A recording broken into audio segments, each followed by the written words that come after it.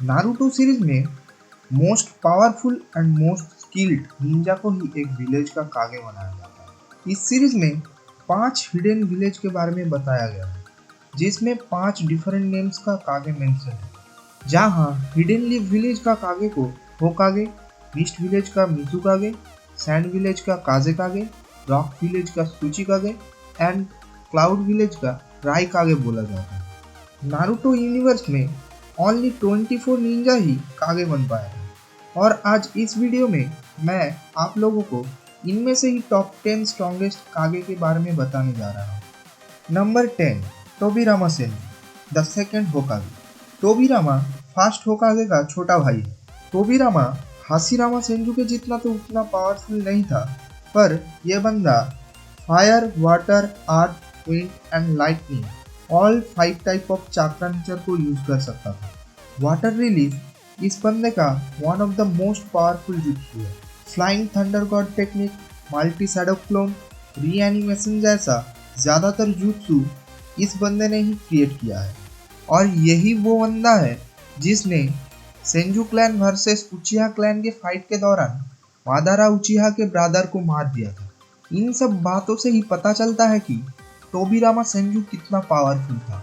Number 9, Onoki the third Tsuchikage. Onoki first Tsuchikage का grandson थे। Onoki भी multiple type of chakra nature को use कर सकता था। इसका one of the most strongest ninjutsu था केके टोटा, जिससे ये किसी को भी डस्ट में कन्वर्ट कर सकता था। ओनोकी का पावर इस बात से अंदाजा लगाया जा सकता है कि 79 इयर्स ओल्ड होने के बाद भी ये फोर्थ ग्रेट निंजा वार में मादारा उचिहा के अगेंस्ट लड़ रहा था, जिस दौरान मादारा रेनेगन को यूज करके 2 मीटियर्स ओनोकी के ऊपर गिरा देता है, पर ओनोकी उससे सिर्फ इंजर्ड ही होता है और इंजर्ड होने के बाद भी कंटिन्यूअसली वो मादारा से फाइट कर रहा था। और यही वो बंदा है जिसने मादारा को अपने परफेक्ट सुसानो यूज करने के लिए मजबूर कर दिया था। Number 8, Minato the fourth होकागे। Minato उजुमाकी, जो कि नारुतो का डैड है, उनको लीफ विलेज का येलो फ्लैश बोला जाता है, क्योंकि ये बंदा फ्लाइंग थंडर गॉड टेक्निक में इतना मास्टर हो चुका था कि इसका क्रिएटर टोबिरामा सेंजू को भी ये सरपास कर गया था। राशिंगन का एक्चुअल क्रिएटर भी मिनाटो उजुमाकी है और यही वो बंदा है जिसने सील मास्टर जुत्सु को यूज करके नारुतो के अंदर नाइन टेल को सील किया। मिनाटो इतना पावरफुल था कि अकेला ही थर्ड ग्रेट निंजा वॉर के दौरान थाउजेंड्स ऑफ शिनोबी को अकेला ही डाउन कर दिया था। जब लीफ विलेज में ओबिटो ने अटैक किया था, तब मिनाटो ने ही ओबिटो को डिफीट करके वहां से भागने पर मजबूर कर दिया था। Number 7, Gengetsu the second Mizukage. Gengetsu के पावर हम तभी देख पाए थे जब इसको फोर्थ ग्रेट निंजा वॉर के दौरान रीएनिमेट किया गया था।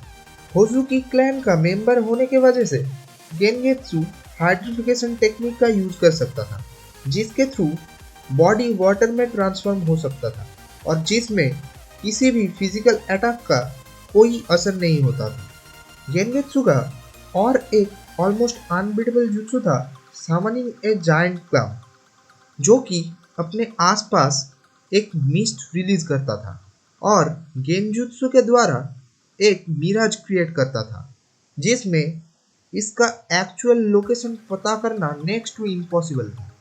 ये जुत्सु इतना पावरफुल है कि गेनगेत्सु ये खुद एक्सप्लेन करने के बाद भी बहुत सारे निंजा इनको टच तक नहीं कर पा रहे थे। गेनगेत्सु भी उन्हीं गिने चुने शिनोबी में से है जो कि all type of chakra nature को यूज कर सकता था। नंबर 6, मू द सेकंड सुचिकागे। मू ही वो पर्सन है जिसने गेनगेत्सु द सेकंड मिजुकागे को उनके फाइट के दौरान मार दिया था।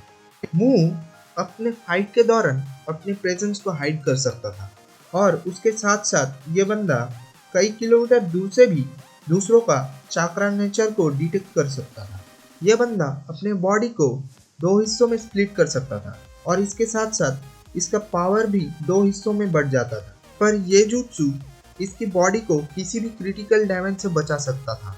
मू नारुतो यूनिवर्स का one of the most dangerous ability possess करता है, जो कि है डस्ट रिलीज। हाँ, ये वही सेम jutsu है जो ओनोकी भी यूज करता है, और इस बंदे ने ही ओनोकी को ये यूज करना सिखाया है, जिसके थ्रू यूजर एक 3D ऑब्जेक्ट क्रिएट करता है और उसके अंदर जो भी आता है वो डिसइंटीग्रेट हो जाता है। इस पार्ट में यहाँ तक ही। इसके अगले पार्ट में हम बाकी कागेओ के बारे में डिस्कस करेंगे। अगर आप लोगों को मेरा वीडियो पसंद आया तो वीडियो को लाइक शेयर एंड चैनल को सब्सक्राइब करके जाना।